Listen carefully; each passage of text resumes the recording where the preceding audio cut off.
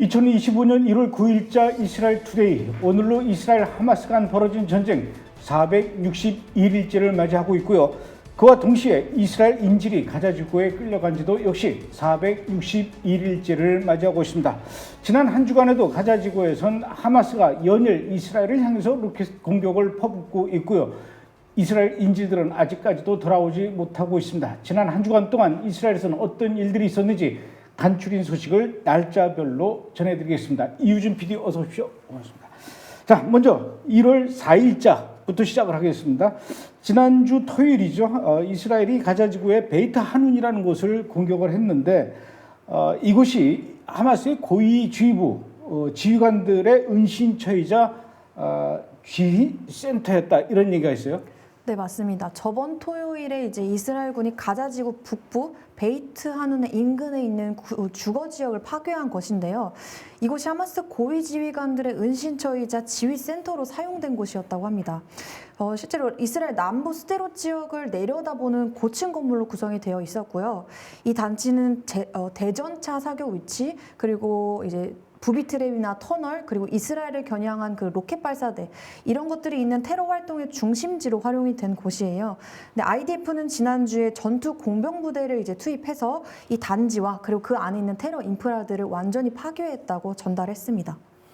그리고 같은 날 가자지구로 끌려가 있는 이스라엘 인질 중에 또 한 사람이 영상이 공개됐다고 하던데, 이번에 공개된 인질 누굽니까?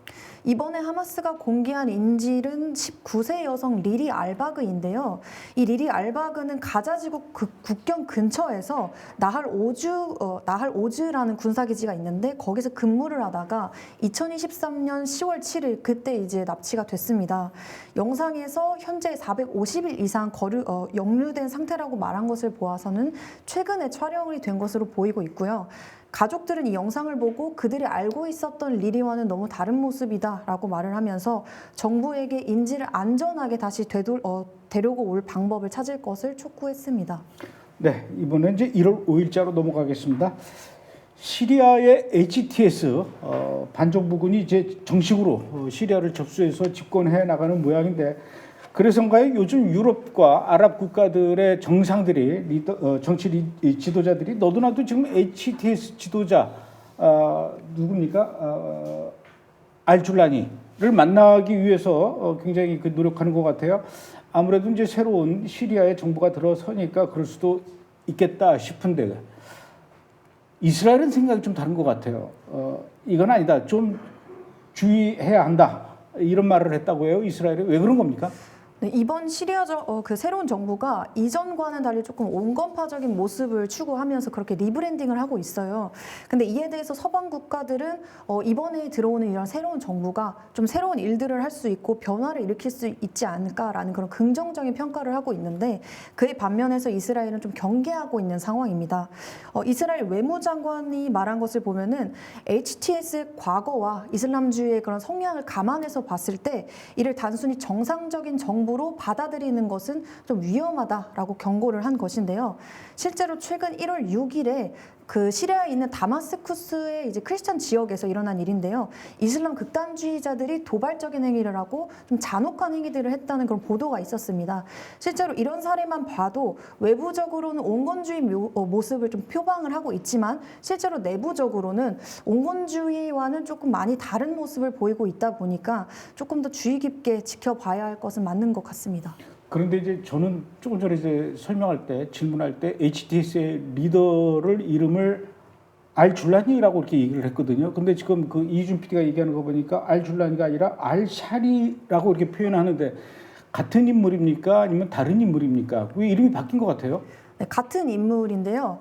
최근에 사용 중인 이름이 알샤라잖아요. 근데 그게 원래 이름이었다고 합니다. 원래 이름이 알샤라. 네, 원래 이름이 예. 알샤라인데 이제 그 전에 활동했던 알카에다에서 활동명이 이제 그 알줄라니였다고 하는데, 이번에 아무래도 새로운 정부로 이제 좋은 이미지, 또 온건한 이미지로 이제 해야 되다 보니까 그 전에 알카에다 활동명인 알줄라니를 계속 사용하기보다는 이번에 알샤라로 이름을 다시 또 바꾸면서 이미지 변화를 주려고 했다는 그런 분석이 있습니다. 알겠습니다. 이름 바꾸면 좀 많이 부드러워지긴 하겠죠. 예. 1월 6일자로 넘어가죠. 가자지구의 하마스하고 이스라엘은 아직도 전쟁이 끝나지 않았어요. 지난해 12월 27일부터 지금까지 장장 9일 동안 하루도 빠지지 않고 이스라엘 향해서 계속해서 이제 로켓을 날리고 있는데, 가자지구 도대체 어디서 날아오는 것이고 이스라엘 피해 역시 피해는 있죠. 네. 최근 하마스가 가자지구 북부에서 9일 동안 이스라엘 대상으로 20발 이상의 로켓을 발사를 했습니다.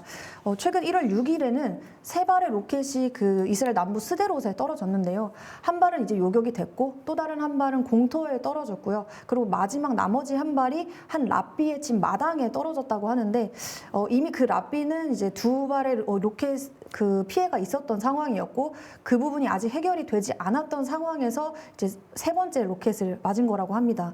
다행히도 주택에 약간의 피해는 있었지만 큰 부상자는 없었다고 하는데요. 이렇게 최근까지 9일 연속으로 이스라엘이 로켓 공격을 받았는데 대부분은 베이트 한운 지역에서 날아온 로켓이라고 합니다. 우리가 보통 이제 이스라엘이 지금 그 가자 지구의 하마스하고 또 저 북쪽 레바논의 헤즈볼라하고 전쟁을 하는 줄로만 알고 있지만, 사실은 서한 지구 웨스트뱅크에서도 계속해서 지금까지 이스라엘 향해서 공격을 하는데 테러를 계속 저지르고 있어요. 새해 벽두부터 1월 6일 날 또 테러가 일어났어요. 자세히 소개해 주시죠. 네, 서한지구 알푼두크라는 마을에서 발생한 총격 테러인데요. 이스라엘인 총 3명이 사망하고 8명이 부상을 당했습니다. 사망인 중에서는 휴무 중이었던 경찰관 1명과 그리고 70대 여성 2명이었고요. 부상자 중에서 63세 버스 운전자는 현재 중태라고 합니다. 해당 총격 사건이 발생한 곳이 이제 서한지구에 있는 팔레스타인 마을인데요. 이 마을은 매일 수천 명의 이스라엘인과 팔레스타인인 운전자들이 이용하는 그 주요 간선도로를 가로지르는 마을이에요. 근데 이 군에 따르면은 팔레스타인 테러리스트 3명이 그 고속도로를 따라 마을을 지나가고 있었던 이스라엘 차량 2대와 버스 1대를 향해서 총격을 가했다고 했는데, 테러범들이 총기를 사용해서 근거리에 있는 처음에 첫 번째 차량을 공격을 해서 여성 2명을 살해를 하고, 그 다음에 조금 더 멀리 있는 버스를 공격을 해서 8명이 부상을 당했다고 하고요. 그리고 도망을 가는 도중에도 또 다른 차량을 공격을 해서 그 경찰관 1명이 살해가 된 것이라고 합니다. 현재 이스라엘군은 서한지구 곳곳에 검문소를 세워서 테러범들을 이제 추적 중이고요. 자세한 정황은 조사 중이라고 합니다. 서한지구 안에 여기저기에 이제 유대인 정착촌이 있거든요. 그러다 보니까 이제 뭐 예루살렘에서 서한지구 안에 있는 유대인 정착촌으로 유대인들이 가려면은 어쩔 수 없이 그 서한지구 안에 있는 도로를 이용하는 수밖에 없어요. 그래서 이제 보통 예루살렘에서 서한지구 안으로 가는 그 유대인 정착 마을로 가는 버스는 다 방탄으로 돼 있거든요. 근데 가끔 이렇게 방탄이 아닌 차가 다니거나 또는 일반 승용차는 뭐 대개가 뭐 방탄이 아니니까 이렇게 공격의 대상이 될 수도 있는데, 어쨌든 이스라엘 사람이 사망을 했으니 또 이스라엘 사람들도 가만히 안 있었을 것 같아요. 네, 맞습니다. 실제로 서한지구 테러 공격 이후에 유대인 정착민들이 팔레스타인 마을을 습격했다는 그런 보도가 있었는데요. 약 100명의 정착민들이 팔레스타인 마을인 알푼두크를 비롯해서 다른 여러 마을들을 이제 공격했다고 합니다. 그 정착민들은 차량을 불태우고 아니면 집을 파괴하고 이런 폭력을 이어갔는데요. 현장에 있던 이스라엘 보안군들은 이에 대해서 어떤 저지도 하지 않았다라는 그런 비난을 받고 있는 상황입니다. 실제로 이스라엘 보안군은 10월 7일 테러 사건 이후에 팔레스타인 문제에 대해서 비교적 소극적으로 개입하는 것으로 보이고 있습니다. 이런. 지금 그 이스라엘이 하마스하고 인질 협상을 벌이고 있는 중이고, 또 아직도 또 가자지구의 하마스로부터 이스라엘 쪽으로 로켓이 날아오고 있는 그런 상황인데, 서한지구에서 이렇게 또 테러가 일어났으니까 인질 협상이 쉽지 않을 것 같아요. 지금 인질 협상은 어떻게 돼가고 있습니까? 현재 이스라엘과 하마스가 이제 인질 협상을 계속해서 하고 있는 상황이기는 하지만 그 진전은 굉장히 더딘 상황입니다. 하마스는 석방할 준비가 된 34명의 인질 명단을 이스라엘 측에 전달을 했다라고 이제 주장을 하고 있는데요. 이스라엘은 하마스가 전달한 명단은 이스라엘 측이 작년 7월에 그 중재자국들에게 전달하고 제공했던 그런 명단과 같은 명단이라고 하면서 심지어 그 명단에 있는 그 34명이 34명의 인질이 아직 살아 있는지 그 여부조차도 이제 그 하마스 측에서 파악해주지 않았다고 합니다. 앞서서 이스라엘은 생존자로만 34명의 인질을 이제 석방할 것을 요구를 했었는데요. 하마스는 계속해서 그 요구를 거부해 오고 있는 상황입니다. 이러한 상황에서 하마스가 이제 협상에서 유리한 위치를 확보하기 위해 이 인질 영상 이런 걸 계속 공개를 하면서 압박을 가하고 있는 상황입니다. 참 인질 협상을 벌이고 있는데 하마스가 말을 참 더럽게 안 듣네요. 네. 1월 7일로 넘어가죠. 이번엔 좀 이란 얘기를 해봐야 될 것 같아요. 시리아에서 지금 이란이 군 병력들을 지금 계속 철수하고 있다 이런 소식이 들어와 있습니다.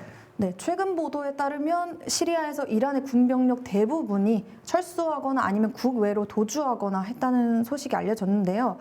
이란은 시리아 내전 초기부터 아사드 정권을 지원하면서 군사적 지원을 계속 이어왔는데 최근 정치적 상황 변화로 인해서 병력을 철수하기 시작했다고 합니다. 이러한 상황이 그 이란의 중동 지역에서 그 패권 경쟁에 큰 타격을 주고 있고 향후 이란의 지역 전략에 중대한 영향을 미칠 것으로 예상되고 있습니다. 이제 그 미국의 도널드 트럼프가 대통령으로 취임하고 이제 임기가 시작할 날이 얼마 남지 않았어요. 그러다 보니까 미국하고 이스라엘이 이란을 향해서 뭔가 한바탕 할 것 같다라는 그런 절박함이라 그래야 될까요? 위기감을 느끼고 있는 것 같아요. 이란 내부에서 굉장히 분주하다. 그러는데 지금 이란 분위기 어떻습니까? 이란이 최근 이스라엘과 미국의 그런 위협에 대응하기 위해서 핵시설 인근에서 방공 훈련을 강화했다고 하는데요. 이란 국영 매체에 따르면 이란 혁명수비대가 중부 이스파한 지역에 있는 나탄지 핵시설에서 액테다르 1403이라고 이름을 붙인 대규모 워게임 훈련을 진행했다고 합니다. 또한 이란은 새로운 방공미사일 시스템을 이제 선보였고 나탄지 핵시설을 보호하기 위해서 근거리 전술도 또 테스트를 했고요. 그리고 미국산 초대형 폭탄 벙커버스터를 요격하는 그런 훈련까지 진행했다고 국영 매체가 전했는데요. 트럼프 당선인 측에서는 이란의 핵 개발 움직임에 따라서 이란의 핵시설을 겨냥해서 공격을 할지 그 여부를 이제 결정할 거라는 그런 이야기도 했었습니다. 오는 20일에 취임하는 트럼프 정부의 향후 정책 변화에 대해서 이란 내에서도 지금 현재 긴장감이 돌고 있는 상황입니다. 네, 오늘도 깔끔하게 정리된 뉴스 전해주셔서 고맙습니다. 수고하셨습니다. 잠시 후에 2부에서 또 뵙겠습니다.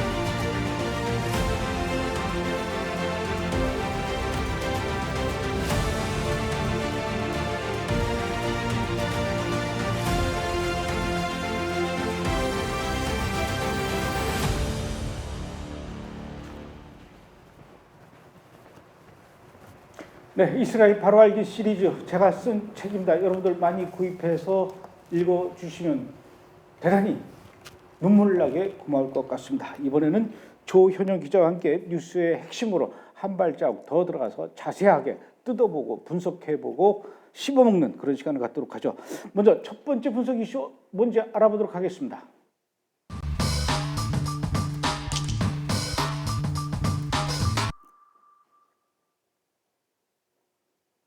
예, 어서 오십시오. 인사를 못했네요. 예. 먼저 첫 번째 이야기로 그 시리아 얘기를 좀 해봐야 될 것 같아요. 지난해 12월 8일 날 HTS라고 하죠. 시리아의 반정부군이 알 아사드 정부군을 이제 내쫓고 차지했는데 앞서서 일부에서도 우리 이유신 PD하고도 잠깐 얘기를 했지만 그 HTS의 수장하고 이제 얼굴 틀려고 유럽의 여러 나라 이 지도자들하고 아랍 국가 지도자들이 막 찾아와서 뭐 만나려고 이렇게 막 그런다 그러더라고요. 줄 서고 있다고 하는데 제가 알기로는 또 뭐 많은 분들도 그렇게 알고 있지만 HTS 사실은 미국에서 이 테러 세력으로 이렇게 규정하지 않았습니까? 근데 이 테러 세력하고 이렇게 터도 되는 겁니까? 원칙적으로 안 되죠. 그러니까 근데 바이든 행정부가 그래서 뭐 시리아의 합법 정부로 이제 HTS 정권을 인정한 것이죠. 그런데 그거를 테러 지원법이라는 게 충돌이 일어나니까 한시적으로 인도적 원조 식수하고 식량만 제공한다라고 하는 것으로 지금 했습니다. 그래서 재무부가 이제 그 금융 제재나 이런 자산 통제를 하거든요. 그래서 이제 거기에 대해서는 일반 허가 라이센싱을 통해서 6개월간 제한적으로 승인하는 거예요. 그러니까 장기 승인하면은 테러법이 위험하니까 이제 한시적으로 잠깐 이제 인도적 지원 차원에서 식수와 식량을 한다라는 건데 재밌는 게 이번에 과도 정권 실권전 HTS를 이끄는 그 수장 줄라니입니다. 전 줄라니라는 표현을 쓸게요. 왜냐하면 샤라가 아니고 예. 그게 이제 보통 줄라니 앞으로 이제 1천만 달러, 146억 원 현상금이 지금 해제가 됐어요. 오호. Most Wanted로 FBI 리스트에 딱 들어갔는데 해제가 됐단 말이에요. 그게 무슨 얘기냐면 이름 바꾼다고 해결이 안 되거든. 그래서 이제 이름을 살짝 가명 비슷하게 했는데 그래도 그것 때문에 이제 이걸 좀 희석시키려고 이제 해제를 한 것 같습니다. 아, 그러니까 줄라니에서 뭐 알샤란가 그거로 바꾼 게 결국은 현상 걸려서 그런 것도 있군요. 그런 것도 작용하지 않았냐. 왜냐면 저도 언론 기사 보다가 이게 아닌데 해서 자꾸 찾아봤는데 이게 다르더라고요. 우리 PD님이 이제 지적하신 것처럼. 그래서 근데 이게 뭐냐면은 그러니까 테러 지정세인 걸 다 알아요. 그리고 이 테러리스트는 가명을 쓰거든요. 그러니까 이거를 이제 두 개를 원래 동시에 명기를 하는데 이제 사람들 이제 현혹시킨답시고 이렇게 한 겁니다. 그래서 현지에서는 반응이 굉장히 안 좋아요. 미국 현지에서는 사실상 테러 국가를 미국 납세자가 지원하는 꼴이 돼버렸다라고 한 것이죠. 그 미국 입장에서도 지금 이 시리아의 지금 상황 좀 난감할 것 같아요. 야, 이거 그동안 우리가 테러 세력으로 그 지정했던 인간들이 지금 뭐 정권을 잡고 이렇게 그럼 우리는 또 그 시리아의 대표하고 얼굴 마주대고 대하고 또 회담해야 되고 이래야 될 수도 있기 때문에 지금 미국 입장에서는 굉장히 난감할 것 같은데 그런 거 보면 미국의 조 바이든 행정부 이제 뭐 그만둘 날이 열흘 정도밖에 남지는 않았지만 그동안 그 조 바이든 행정부의 중동 정책의 난맥상이 지금 고스란히 드러나는 게 아닌가 싶은데 어떻게 생각하십니까? 그러니까 바이든 중동 정책의 원죄는 이제 시작일을 이제 거슬러 올라가면 이스라엘에서 또 뭐 난장판 친 것도 많지만 거슬러 올라가면 바이든의 중동 정책의 원죄는 아프간 졸속 철군에 있습니다. 그러니까 바이든 행정부 1년차 때 2021년 졸속을 철군했는데요. 그때 공항에서 자산폭탄 테러가 터져가지고 미군 장병 13명과 아프가니스탄 민간인 170여 명이 이제 숨졌어요. 근데 이 준비 부족으로 막대한 혼란이 지금 발생했는데 더 큰 문제의 본질은 뭐냐면 철군할 때 이제 도하에서 탈레반하고 미국 정부하고 평화협정을 맺었습니다. 그러니까 철군의 조건에 이런 게 있어요. 미국 탈레반 도하 협정의 핵심은 탈레반이 아프간 내 테러 조직을 소탕하고 은시처를 제공하지 않는다. 테러리스트들한테 은시처를 제공하지 않는다는 조건으로 이제 철군을 한 겁니다. 그런데 이제 이 도하 협정의 준수는 이제 탈레반이 하지를 않고 오히려 테러 세력의 글로벌 허브 에피센터가 돼버렸어요. 그래서 창궐하게 됐고 모든 테러 기획은 여기서부터 시작해서 중동 외부로 이제 투사되는 형국으로 됐죠. 그래서 그러다 보니까 어떻게 보면 이제 바이든 행정부의 어떤 그런 잘못된 중동 정책이 끝판에서 완전히 이제 노골화된 것이죠. 그게 이제 2020년 2월 29일 날 이제 철군이 시작이 됐어요. 아프가니스탄에서 미군 철수가 그때 시작이 됐는데 그 이후에 아프가니스탄은 그야말로 뭐라 그래야 됩니까? 그 호랑이 떠난 이 숲속에서 여우가 그 왕노릇 탄다고 좀 난장판이 됐는데 한간에는 그 이후에 아프가니스탄이 본격적으로 글로벌 지하드의 그 센터 조금 전에 말씀하셨던 에픽센터처럼 이렇게 그 이 전 세계 아주 테러리스트들이 모여가지고 살판난 그런 뭐라 그래야 됩니까? 아카데미, 메카 이런 상황이 됐다면서요? 중심지가 돼버렸죠. 허브가 돼버렸는데요. 그러니까 이른바 뭐 AQ의 부활이라고 해요. 알카에다의 부활이라고 중심에 있고 그 중심에는 함자 빈 라덴이 있습니다. 누구예요, 그 사람? 그러니까 이제 조금 설명을 드리자면 이게 이 자료가 어디서 나왔냐면 트랜스 애틀랜틱 인텔리전스 컨소시엄이라고 그러니까 유럽의 전 현직 그 정보 당국자들 테러 담당자들이 퇴직한 다음에 이제 관련해서 거기서 이제 중동에 있는 테러 지도를 그린 거예요. 자료를 정립해가지고 수합을 해서. 근데 그 보고서에 따르면 뭐라고 나와 있냐면 현재 아프가니스탄에서 90여 개의 순위 시아파 무장 테러 정파를 아프간 현지에서 규합하고 있다는 거예요. 그래서 현재 아프간에는 소위 해서 테러 3대장이 있습니다. 3대 테러 세력인데 첫 번째가 탈레반, 알카이다, 그다음에 하카니 네트워크가 있는데 현지에서 지금 이 세들이 하나로 이제 뭉쳐가지고 글로벌 칼리프 재건을 위한 지금 기획과 이제 재정 집행을 하고 있다고 들어갔습니다. 그럼 이제 먼저 이제 탈레반은 지금 탈레반이 아프간의 합법 정부예요. 정권 HTS가 시리아의 합법 정부인 것처럼 그래서 탈레반이 아프간의 합법적 정부를 구성해서 국제사회의 압박, 테러 지정에 대한 압박을 이겨내고 외교적 방어복을 제시하고 지하드 이념 구성 및 테러 작전 인프라 훈련장을 제공하고 있습니다. 탈레반이 그 다음에 두 번째가 이제 하카니 네트워크 역할은 뭐냐면 원래 다 경쟁 관계였어요. 근데 하카니 네트워크는 뭘 하냐면은 테러 무장 전술 기획, 무장 테러 전술 교리를 지금 개발하고 있습니다. 그래서 거기서 군수병참 역할을 하고 그다음에 세 번째가 중요한데 일각에서 소멸된 줄 아는 알카이다 있지 않습니까? 오사마 빈 라덴의 알카이다가 지금 장남인 함자 빈 라덴으로 승계가 됐어요. 사실상. 그러니까 이게 어떻게 보면 경영권을 이제 승계받은 거죠. 아들이 함자가 아들입니다. 그래서 AQ 글로벌 지하드 테러 수출을 확장시키고 오사마 빈 라덴의 레거시와 상징을 유지하는 역할을 하고 있는데 이런 어떻게 보면 아프간의 이제 테러리스트 3대장이라고 하는 이 사람들이 원래 경쟁 관계였어요. 탈레반, 하카니 네트워크 그다음에 알카이다가. 그런데 이걸 하나로 세력을 규합한 게 누구냐면 바로 알카이다의 오사마 빈 라덴의 후계자 함자 빈 라덴이 이걸 하나로 지금 통합을 시킨 겁니다. 그 어떻게 했냐면 보통 이제 미국 쪽 정보 당국자 그 미국 뉴스 따르면 미국 CIA가 2019년에 이제 드론 공격으로 죽였다고 그랬어요. 함자를 제거했다고 하는데 영국 측 정보 자료는 전혀 다른 얘기를 하고 있어요. 안 죽었어요? 피해 가지고 지금 아프간과 그 파키스탄 국경 지역에서 지금 기거하고 있다고 얘기를 하고 있고 거기에 센터에 있다고 하니까 하는데 이제 그러면 하카니 함자 이 승계자가 어떻게 이제 이 어떻게 백정노장들의 테러리스트들을 어떻게 하나로 규합할 수 있냐? 그 이제 그 대통합을 주도할 수 있는 두 가지 이유가 있는데 첫 번째는 아버지 오사마 빈 라덴하고 달리 아들은 좀 성질이 급해요. 그래서 당대 이슬람 칼리프, 이슬람 제국 건설을 위해서 테러 정책을 막 그대로 그 자리에서 승인을 하는 거예요. 그리고 글로벌 칼리프를 앞당기기 위해서 테러 정파들의 그 어떤 그 투쟁, 그 내부 분열을 봉합하고선 양보해서 정치력을 발휘하고 있고 그 정치력의 기반이 뭐냐? 각 정파와 혼맥으로 연결돼 있어요. 자, 그럼 우리 그 사진을 보시면 영상을 이제 보시면 아시겠지만 마치 유럽에서 왕가들끼리 전쟁 방지 견제 차원에서 혼맥으로 왕자들끼리 결혼하지 않습니까? 저희 혼맥을 보면은 가운데 이제 빈 라덴 있고 어떻게 혼맥으로 연결되냐면 함자랑 어떻게 되냐면 저기 하카니 네트워크 수장 그 다음에 저기 탈레반 네트워크 수장들하고 혼맥으로 다 연결돼 있어요. 첫째 마누라, 둘째 마누라, 셋째 마누라 해가지고 그 베이스로 해가지고 정치력과 거중 조동 능력을 지금 발휘하고 있습니다. 그러니까 구체적으로 이런 거예요. 과거는 테러 단체는 테러를 공격하고 서로 막 공치살해요. 우리가 했다. 그게 핵심이거든요. 정치 테러의 본질은 테러를 저지르고 알카이다가 했어, IS가 했어라고 자기 자랑을 하고 그러면서 내가 정통 이슬람 지하드 전사야 하면서 서로 이렇게 잘난 체를 하고 타정파를 깎아내리고 이렇게 아사리판이 있었는데 함자 빈 라덴이 딱 등극하자마자 AQ를 장악하자마자 이걸 다 정리를 해버린 거예요.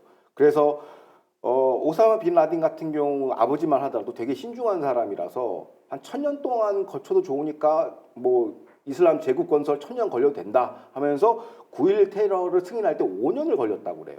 근데 우리 함자 빈 라덴 성질이 급해가지고 바로바로 기획을 하고 공은 너네들이 가져. 나는 비밀리에 있을게. 배후에서 거중 조정만 할게. 그래서 뉴스에 보면 ISK, 뭐 ISS 이런 애들이 이제 계속 이제 언론 유명세를 타고 배후에서 지원은 다 AQ가 하고 있습니다. 자기는 약간 이렇게 요즘으로 치면 그 딥스테이트처럼 후방에 딱 남아가지고 안 보이는 암흑 칠흑에서 이제 배후 조정을 하고 군수 지원도 하고 여러 가지 재정 지원도 하는 것이죠. 실제로 요번 시리아 HTS 기습 사건 있지 않습니까? 그 아사드 정권을 붕괴시킨 거의 뭐 전격전으로 그냥 한 2, 3년 안에 뒤집어 버렸지 않습니까? 거기에 알카이다가 병력 만여 명을 증파시켰어요. 어허. 근데 알카이다 내용은 안 나오죠. 왜? 배후에서 지원만 하고 공은 HTS 너네가 먹어. 이런 식의 구도를 갖고 있고 그래서 지금은 이런 식으로 하다 보니까 이제 테러 세력들까지 협력하는 구도고 지금 순위파만 되게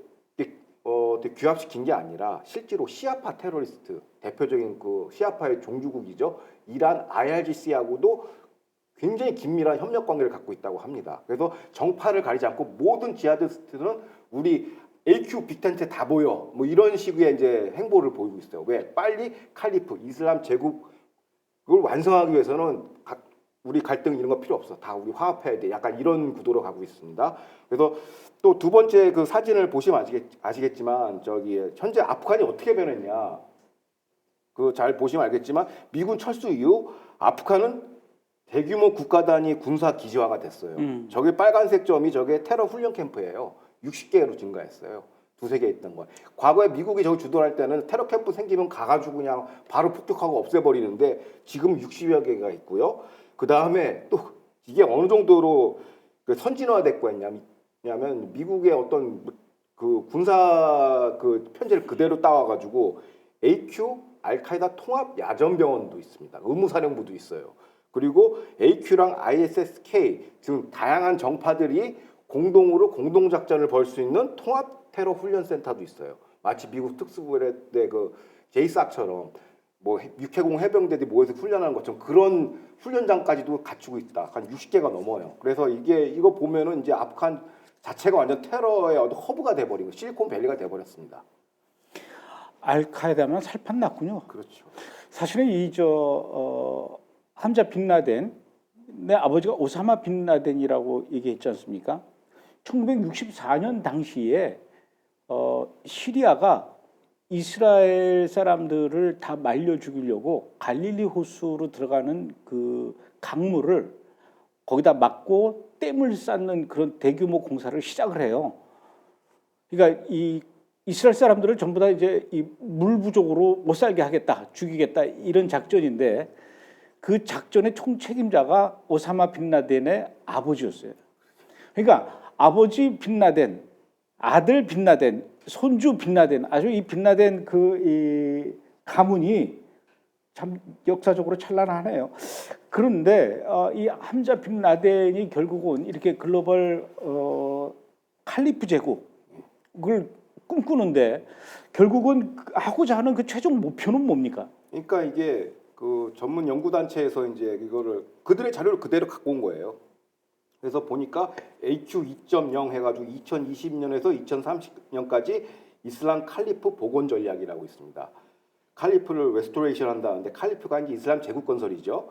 그래서 그게 복원을 위해서는 크게 한 4가지 단계별로 있습니다. 4차 뭐 개발 계획처럼.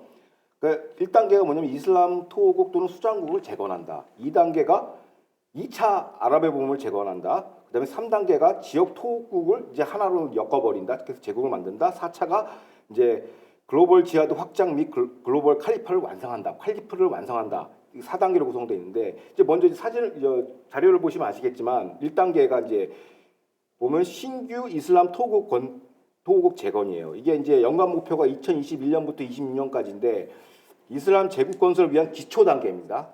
완전 기초 단계. 주요 거점 국가를 핵심 에미레이트라고 하죠. 토호국으로 재건의 방점이 찍혀 있어요. 대표적으로 이란, 아프간, 시리아, 방글라데시아, 그다음에 예멘, 소말리아, 파키스탄, 말리, 리비아, 이라크, 나이지리아를 핵심 거점 토호국 에미리트로 지정을 했어요. 여기를 갖다 정권을 다 이제 이슬람으로 만든다는 거죠. 저 사진 아까 다시 한번 보시면 아시겠지만 검은색은 전시 상태고요. 흰색 깃발은 평시 상태예요. 저런 식으로 전평시를 이렇게 나눠 가지고 이제 기초 작업을 하겠다는 거고, 이제 두 번째 자료로 2단계 자료를 올려주시면 아시겠지만은 2단계는 2026년부터 2030년까지 목표입니다. 이게 바로 2차 아랍의 봄, 이른바 이슬람 혁명을 통해서 지정학적 걱정 국가를 장악한다는 얘기예요. 그게 바로 동남아시아에 있는 국가, 카메룬, 말레이시아, 미얀마, 태국, 필리핀, 동아시아 무슬림 국가를 다 하나 복속시킨다는 거고, 아프리카 사하라 사막 서쪽 아프리카 국가들도 포함되어 있습니다. 지금 2단계가 어떻게 보면은 이거는 계획표상은 2026부터 30년인데 사실상 시리아가 이제 어떻게 보면 아랍의 봄 2차 아랍의 봄으로 볼 수도 있거든요. 그래서 어떻게 보면 빨리 당겨졌을 수도 있다라고 볼 수도 있고, 이제 3단계 이제 페이스 3 자료를 올려주시면 알겠지만 3단계는 뭐냐면 이렇게 해서 이슬람 제국 칼리프 체제로 통합을 이해하는 거예요. 하나의 이제 단일 이슬람 체계로 다 통합하는 거예요. 그게 이제 IS가 되는 거죠. 이슬라믹 스테이트. 그렇죠. 이슬라믹 스테이트가 최종 목표입니다. 근데 여기서는 이제 수니파 국가, 사우디, 터키, 요르단, UAE, 카타르까지 다 포함시키고 어허. 물론 중앙아시아, 우즈벡, 인도, 인도네시아, 동남아시아 무슬림 국가들을 통일된 하나 IS로 이제 이슬람 제국 건설이 목표인데 자 그럼 다 건설했어. 이제 뭐 할 거냐니까 4단계 이제 그 페이즈 4 그 자료를 보시면 아시겠지만 저게 이제 다 이제 통일을 했으니까 이제 이교도 국가 정벌이죠. 여기서 흰색으로 되어 있는 미국, 뭐 비무슬림 국가, 우리 동아시아 다 포함해서 저걸 다 정벌하겠다는 겁니다. 이 4단계 계획이. 그러니까 이거를 지금 블루프린트를 딱 내놓은 거예요. AQ 2.0가. 어휴, 엄청난 청사진을 갖고 있네요. 예. 그런데 이제 저것이 그냥 단지 청사진으로만 끝나는 게 아니라 실제로 그래서 전 세계에 있는 그 이슬람 테러리스트 조직들의 수장들이 아프가니스탄에 다 모여가지고 자기네들끼리 충성맹세하고 합의하고 막 그랬다면서요? 예, 그게 이제 이슬람 국가 특성이 있는데요. 감독님이 언급하신 것처럼 이슬라믹 스테이트 IS가 되려면 뭐가 필요하죠? 군대가 필요하죠.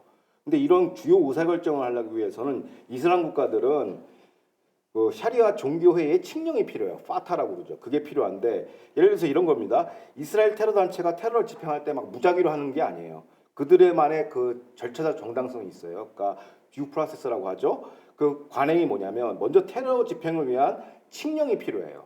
그래서 이제 그 결정은 어디서 하냐면 샤리아 종교회에서 이제 발부를 합니다. 마치 영장 발부하고 뭐 혹은 백악관에서 행정명령 발부하듯이 시리아 종교회에서 이걸 발부하는데 이란 같은 경우는 신정 체제이기 때문에 이제 시리아 그 어떻게 보면 종교 그 의사결정을 이제 하메니가 하죠. 위에 있고 그 하부에 이제 군이 있고 이렇게 딱 쭉 내려가는데 시아파 이제 이란 같은 경우는 그런데 탈레반, 알카이다, 하칸이 이쪽 애들은 어떻게 구성을 짰냐면 최고위층에 이제 탈레반, 알카이다 그다음에 하칸이가 그 공동으로 주최하는 군사위원회가 있어요. 밀리터리 커미션이 있어요. 그 하부 구조에 시리아 그 종교회가 들어가요. 그 여기에 들어가서 모든 이제 아랍 테러 정파들 여기에 이제 충성 맹세를 해야 돼. 여기서 나오는 결정 무조건 복종한다는 충성 맹세를 했고 최근에 했습니다. 그러면 이 시리아 회의에서 뭘 결정하느냐? 군사위원회에서 결정한 글로벌 지하드 전략에 대해서 여기서 이제 칙령을 이제 reinforce를 해주는 거예요. 정당성을 부여해 주는 것이죠. 그래서 어떤 게 주로 결정되냐? 칼리프를 위한 이슬람 IS 재건을 위한 군사 편제, 글로벌 전략 수립, 지휘통신, 테러 정파 간 조율 방침, 즉 글로벌 칼리프 단일 대우 전선을 유지하고 그 전에는 막 4분 5일 각자 알아서 뛰었다면 이제는 이슬람 군대 안으로 다 들어와라 해가지고 이 칙령을 내렸다고 합니다. 자 그러면 보시면 이게 최근 시리아 종교회의가 이제 이슬람 군대 창군을 위한 칙령을 내린 거예요. 이제 이슬람 IS 군대를 만들어라 전체를 포괄하는 걸 만들었고 이 자료를 보시면 아시겠지만 이게 참 재밌어요. 이게 지하드 이슬라믹 아미라고 있는데 저 자료죠? 예. 아니 저 자료 아니죠. 저거 빼주세요. 저거 빼주세요. 알카이다 자료가 있는데 거기 이제 그 자료에 뭐라고 나왔냐면 이슬라믹 군대 영어로 이렇게 되어 있습니다. Army of Imam 메흐디라고 써 있어요. 마흐디. 그 이제 그들이 기다리는 메시아예요. 그렇죠. 그런데 메흐디의 군대라고 나왔습니다. 아하.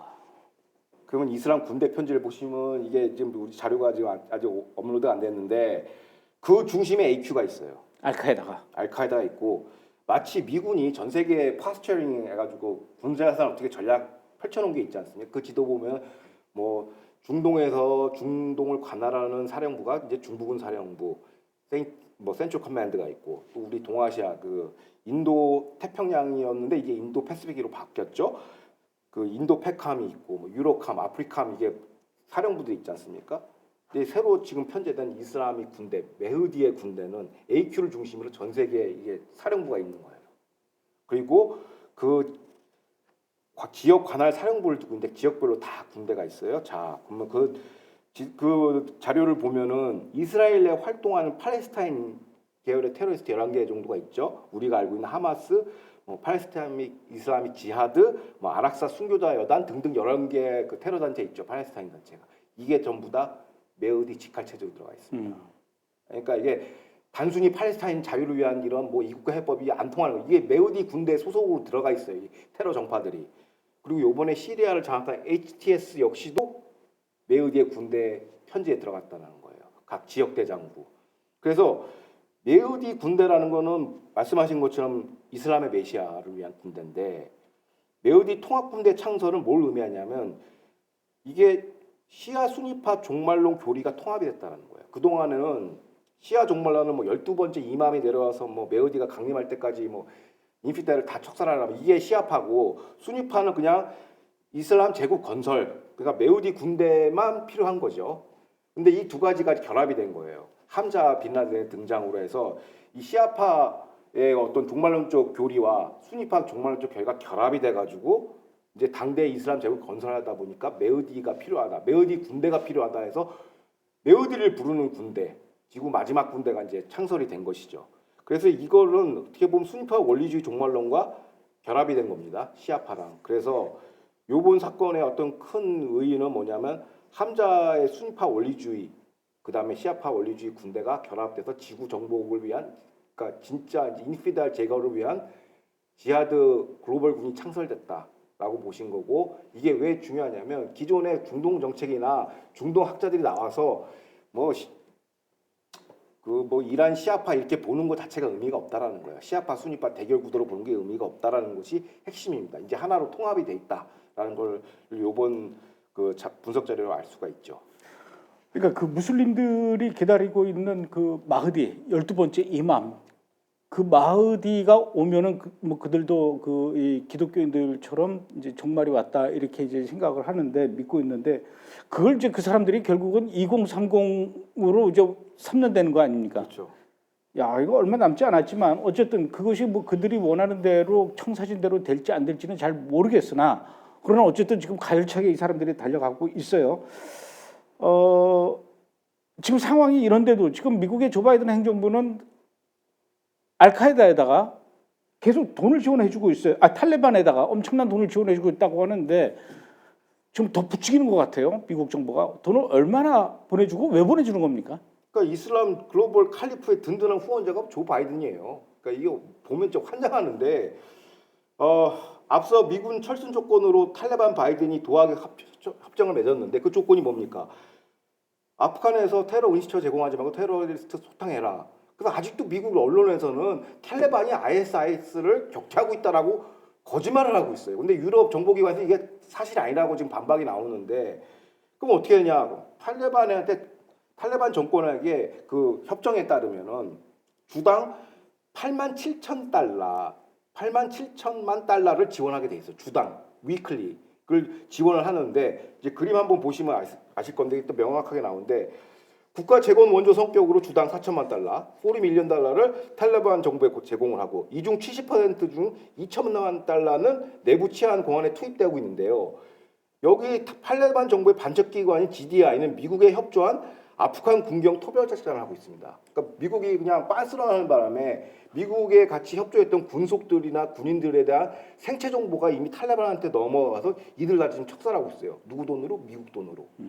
그 다음에 나머지 30%는 어디다 쓰냐? 1,200만 달러는 탈레반 테러 병력들이 죽으면 또 그 유족들 연금 있잖아요. 우리 팔레스타인 테러 유족 연금 하듯이 그걸로 또 30%로 1,200만 달러가 뭐 투입되는 것이고. 근데 도하 협정에 적시된 또 다른 돈이 뭐냐면 4,700만 달러예요. 그게 이제 아프간 테러 세력 제거 용도로 IS를 토벌하라고 이제 대테러 지원금을 준 거예요. 근데 그 대테러 지원금으로 하칸이 알카에다 지휘부 예산으로 지금 투입되고 있습니다. 그게 저 오른쪽에 있는 저 지도자들 있죠. 쟤네도 월급을 지금 조 바이든 행정부가 주고 있는 거예요. 테러리스트 월급들을. 그러니까 결론적으로 이게 왜 중요하냐면 결론적으로 지난주에 제가 터키와 이스라엘이 전략적 연대를 통해서 중동 질서를 주도해야 된다는 얘기가 뭐냐면 이게 바로 아프간에 창건한 메흐디 군대 때문에 그래요. 그러니까 뭐 지난주 방송에서 사람들이 왜 이렇게 쿠르드족한테 야박하게 얘기하냐 막 이렇게 하시는데 쿠르드족 가지고는 아프간에 창건하는 메흐디 군대를 막을 수가 없어요. 이거는 누가 해야 되냐? 그러니까 알카에다 2.0을 제어할 수 있는 건 쿠르드족이 아니라 국가 단위의 군사 동맹으로 이걸 막아야 돼요. 이제 뭐 잘 아시겠지만은 트럼프의 중동 정책은 우린 빠지겠다라는 거, 너네들이 알아서 하라는 거죠. 그럼 누가 해야 돼요 이거를?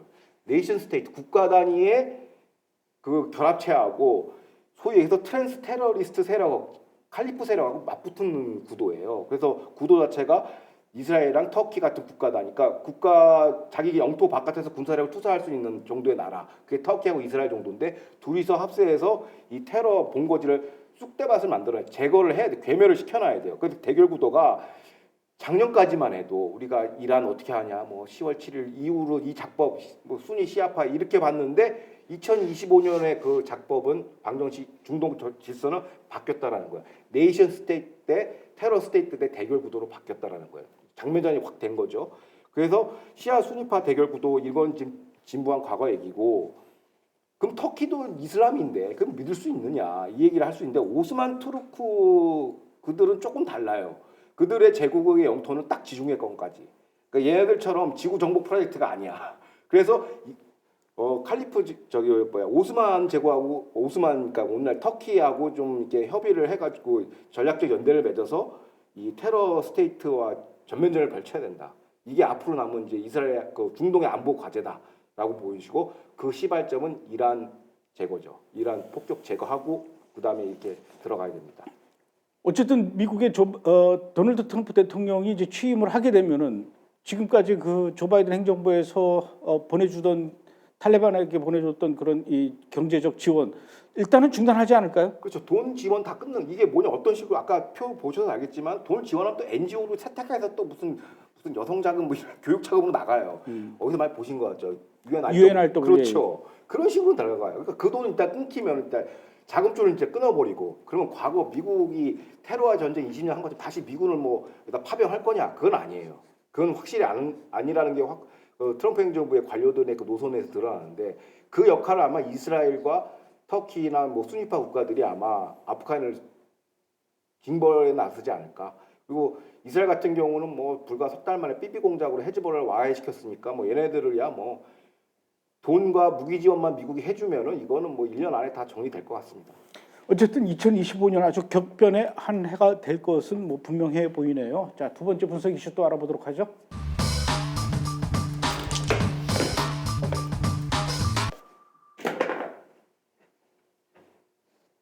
예, 이제 지난해가 아니네요. 2023년 10월 7일 날 가자 지구의 하마스가 이스라엘을 이제 기습 공격하면서 4천여 명을 이제 부상 입히고 1,200여 명을 살해하고 또 250여 명을 가자 지구로 인질로 끌고 갔는 아주 끔찍한 일을 저질렀는데 이러한 그 끔찍한 일을 하마스가 저지르긴 했지만 사실은 그것은 이란이 하마스를 시켜서 그러니까 하마스는 이란의 대리 세력으로 알고 있었어요. 그리고 또 헤즈볼라가 이스라엘을 공격하는 것도 역시 이란의 대리 세력으로서 그렇게 하는 것이다. 그리고 최종적으로 이스라엘과 이란과의 대결이다. 이렇게 이제 일반적으로 알고 있었거든요. 그런데 사실은 하마스가 이렇게 이스라엘을 공격해서 엄청난 피해를 입힌 게 단순히 이란만의 어떤 배후 세력, 배후 조종이 아니라 이란보다도 더 엄청난 조직이 이 하마스를 조종했다. 그러니까 아까 그 일부에서 조 기자님이 얘기했던 것과 연결되는 얘기죠. 그렇죠. 저게 그냥 그들만의 상상도가 아니라 AQ 뭐 2.0 글로벌 칼리프가 이게 상상도가 아니라 실제로 저걸 집행했는데 이거를 첫 번째 작품이 이제 이스라엘 10월 7일 학살 테러라는 거예요. 자, 누가 이 주장을 했냐면 최근 이제 아프간 망명 정부 인사들과 전현직 영미권 대테러 전현직 정보 당국자들이 집대성한 보고서에 나와요. 그러니까 이번 보고서의 주필이 누구였냐면 그 세라 애덤스 미 CIA 타겟팅 오피서예요. 공작관이 이제 작성한 보고서인데 10월 7일 학살 테러는 IRGC, 그러니까 이란이죠. IRGC뿐만 아니라 알카이다, 아프간 탈레반 과도 정부가 기획 재정 지원을 했다라고 설명을 해요. 그러니까 하마스 테러 병력을 위한 이스라엘 현지에서 가자지구에서 훈련시킨 게 아니라 아프간 테러 훈련소에서 무려 18개월 동안 밀봉 교육을 시켰다라는 거예요. 와우. 그러니까 이게 단순히 가자지구에서 그들만의 무슨 테러 정파가 하는 게 아니라 이걸 아프간에 가서 완전 파병 교육을 시킨 거예요. 그래서 투입한 거. 또 공작관은 이스라엘 향한 하마스의 10월 7일 사태는 단순히 이스라엘 향한 게 아니라 IRGC, 알카이다, 텔레반이 미국 본토 공격을 위해서 일종의 이거는 리허설에 불과했다라는 거예요. 테스트베드예요. 미국 본토, 유럽 본토를 공격하기 위해서 이스라엘에서 실험적으로 한번 해본 거라는 것이죠. 그러니까 앞서 얘기했던 그 AQ 2.0이 그냥 허구가 아니라 그 이런 합종 용연행을 통해서 하나의 통합된 메시지로 나온 게 10월 7일인 거예요. 함사의 승리예요, 이거는. 함사가 지금 아무도 모르고 있지만 이거 함사 작품이라고 현지에서는 얘기하고 있고, 그러니까 AQ 2.0의 야심작이 바로 10월 7일 테러 사태다라고 보시는 게 이제 CIA 전문 분석관의 보고 내용입니다. 도표를 봐야 됩니까?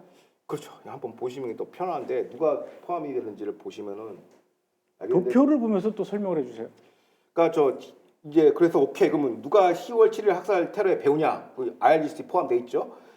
그 IRGC 정보국장 정보작전처장이 포함돼 있고 알카이다 수장인 함자 빈라덴, 그다음에 AQ 군사총국장이 또 들어가 있어요.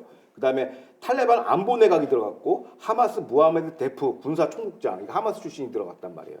그 이제 최근에 우리가 알겠지만 IDF에서 사살이 됐죠. 데프 사령관. 그리고 이들이 중동 전 지역에서 회합을 해서 이제 이런 모의를 했는데, 두 번째 사진을 보여주시면 알겠지만 이 텔레그램을 통해서 서로 이제 연락을 취한 거예요. 미국 그 정보 당국의 감청 정보를 피하기 위해서 인크립트 텔레그램 메시지로 서로 통신 회합을 했는데 공식적으로 2020년 3일부터 개시를 한 거예요. 어떻게 작전을 구상할지, 누가 포함되고 이런 세부 전술 계획을 했는데, 저 당시 아까 다시 한번 보여주시겠어요? 저기 텔레그램 단톡방 참여자가 누구냐? 물론 탈레반, 알카이다, IRGC, 하마스, 하칸이 다 들어갔지만 오른쪽 끝에 누가 있나요? 이란 최고 지도자 하메이니까지 들어갔어요. 오호. 하메이니까지 들어가가지고 이 전체를 총괄지휘에 따라, 총괄지휘가 아니라 공동작품이에요. 그러니까 모든 테러 세력, 아프간의 그 테러 메카에서 작전을 짜서 벌인 게 10월 7일 학살 테러라는 거에 이제 CIA 분석 보고서 그 전 관료의 주장입니다. 결국은 뭐 또 다시 얘기하지만 2020년 2월 달에 그 아프가니스탄에서 미군이 철수한 것이 결국은 이스라엘을 하마스가 공격하는데 빌미를 마련해 준 거네요. 판을 깔아준 거네요. 그렇죠. 그 원죄를 파고 들어가면 이제 아프간 졸속 철군이죠. 그러니까 일각에서는 이런 얘기를 해요. 그러니까 뭐냐면 트럼프가 원래 도하 협상을 먼저 킥오프한 거 아니냐. 근데 트럼프는 협상하다가 재선에 실패했죠. 근데 그거를 졸속으로 처리한 건 바이든이에요. 그 바이든이 책임 회피할 수 없어. 트럼프 핑계 댈 수가 없단 말이죠. 그래서 트럼프는 현재 이 아프간 졸속 작전을 수행한 그 장성들 지금 벼르고 있습니다.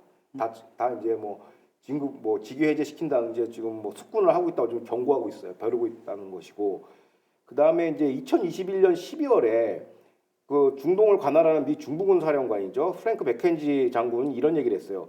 미군 아프간 철군이 인해서 영내 정보 98에서 99%의 테러 정보 수집 역량이 와해됐다는 거예요. 이게 첨단 정보로 이렇게 잡을 수 있는 것도 있어요. 신호 정보, 무슨 위성 정보 있는데 아프간에 있는 테러 정보는 대부분 휴민트 정보예요. 사람이 들어가서 이걸 해야 되고 군사 기지가 좀 필요하죠. 근데 휴민트가 와해가 돼가지고 지금 정보력이 거의 제로에 가깝다는 것이죠. 그게 이제 힘든 문제고, 아까 얘기했듯이 이제 IRGC와 이제 알카이다 순위 시아가 뭐 적대적이지 않냐 그러는데, 사실상 함자 빈라덴에게 은신처를 제공한 거는 IRGC입니다. 이란에 있었어요. 근데 트럼프가 솔레이마니를 제거하다 해서 거기에 깜짝 놀라가지고 도망을 간 거거든요. 함자 빈라덴이. 그런 것처럼 이렇게 양쪽에서 결합하고 있는데, 아직도 서구의 그 소위 얘기해서 중동 전문가들은 시아 순위의 대결 구도로 보는 거는 잘못된 거다. 아휴, 그러니까 결국은 아프간이 전 세계 그 이슬람 테러리스트들의 메카 온상이었는데 거기를 이제 미군이 빠져나오면서 정보력도 상실하고 거기서 이제 막 양성이 되면서 오늘날 이렇게까지 이제 상황이 커졌는데, 하마스가 이스라엘을 기습 공격한 그 2023년 10월 7일 그 날짜에도 굉장히 특별한 의미가, 이 알카에다한테도 이 10월 7일이라는 날짜가 굉장히 큰 의미가 있어서 그날을 선정했다고 그래요. 그렇죠. 이제 2001년에 우리 다 알겠지만 9.1 테러 겪었지 않습니까, 미국이? 당시 이제 아들 부시 대통령이 9.1 테러 한 두세 달 후에, 정확하게 한 달 후죠. 그러니까 한 달 정도 후에 이제 아프간에다가 이제 거의 공습을 때려버렸어요.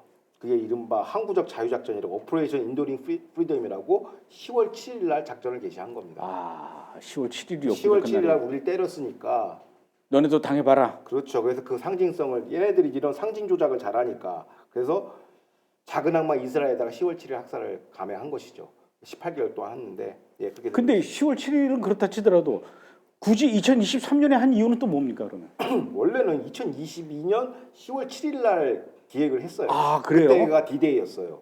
그런데 같은 해 2020년 7월 31일 날 알카에다 순회급 또 지도자 중에 알 자와히리가 있었는데 그게 미국의 드론 공습으로 사망을 했단 말이야. 그래가지고 얘네들이 바짝 쫄아가지고 혹시 우리 아프간에 있는 테러 캠프를 미국이 공습하는 거 아니야 해가지고 잠깐 잠수를 탄 거죠. 1년 동안. 그 1년 동안 잠수 탈 동안 뭘 했냐. 이제 또 자료를 마지막 자료 보시면 아시겠지만 1년 동안 하마스를 갖다가 아프간에 데려와서 위탁 교육을 시킨 겁니다. 또 보시면 한 이 기간에 그 오르간, 헬만드, 님루즈, 자불 4개 지역에 총 6개 테러 캠프에서 고난도 심화 테러 훈련을 시킨 거예요. 저기서 하마스를 저기서 돌린 거거든요. 그러니까 테러 캠프가 그냥 우리 옛날 2000년대 초반에 보는 무슨 쓰레빠 싣고 돌아다니는 게 아니라 거의 미국 특수부대 작전 훈련 교정처럼 생겼어요. 그런 대규모 시설에서 주특기별로 뭐 대량 난사 병과도 있고요. 폭탄 테러 병과도 있습니다. 그렇게 운영을 하고 있는데 고난도 테러 심화 훈련을 받고서 1년 동안 훈련 시켰으니까 얼마나 싸움을 잘하겠어요. 거기다 마약 캡톤까지 매여가지고 이스라엘에 투입을 했으니까. 근데 이걸 그래도 이스라엘 예비군들이 막아냈다라는 게 그게 좀 더 대단하죠. 그러니까 이런 것만 보더라도 이게 진짜 이게 그냥 테러의 전쟁이 끝난 게 아니다. 다시 준동하고 있다라는 게 오늘의 메시지인 것 같습니다. 물론 이제 뭐 국내 문제도 우리는 복잡해요. 복잡하지만 국내 문제를 떠나서 지금 세계는 지금, 중동은 지금, 이슬람 세계는 지금, 그리고 이스라엘과 미국은 아직도 지금 굉장히 복잡하게 얽혀 돌아가고 있고 굉장히 숨가쁘게 돌아가고 있습니다. 뭐 할 얘기는 더 많지만 오늘은 여기까지 해야 될 것 같아요. 수고하셨습니다. 네, 수고하셨습니다.